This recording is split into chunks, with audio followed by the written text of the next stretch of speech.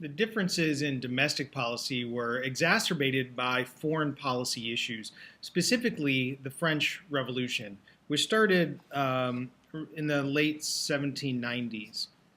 Jefferson and Madison, the Democratic Republicans, tended to support the French Revolution even when it started getting very violent in a period known as the Reign of Terror. About 40,000 people were executed over a 9-month period by Robespierre.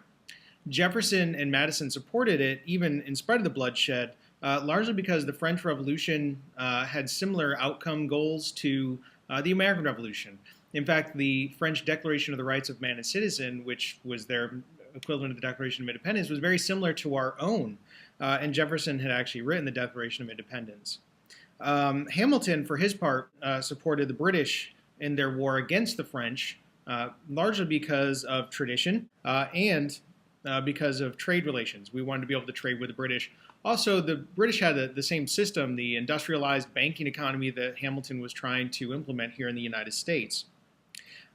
There are several disagreements and several incidences that just cause further problems. One is called the Citizen Janay incident, where a French diplomat came over and tried to recruit American sailors to attack British ships. This would have violated American neutrality. Washington ends up having to kick out this man, Janay. Jay's Treaty, which was a treaty created by John Jay, an American diplomat, with the British. Jefferson and Madison were really upset by Jay's Treaty because it seemed like we were giving the British an advantage over the French, which they said violated neutrality.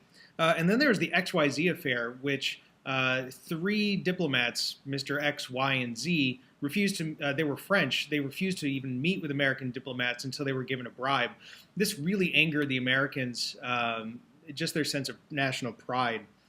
In the end, what all of these incidents leads to is something called the Alien and Sedition Acts. Because the United States was trying to provide neutrality and later they were trying to fight the British, the Adams administration passed what's known as the Alien and Sedition Acts, which could silence political opposition. Democratic Republicans said this was largely targeted at them because they were opposed to many of Adams' Federalist policies.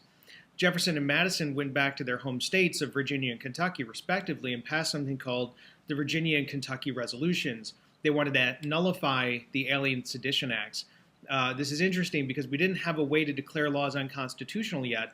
That controversy is going to be decided with the Supreme Court case Marbury versus Madison.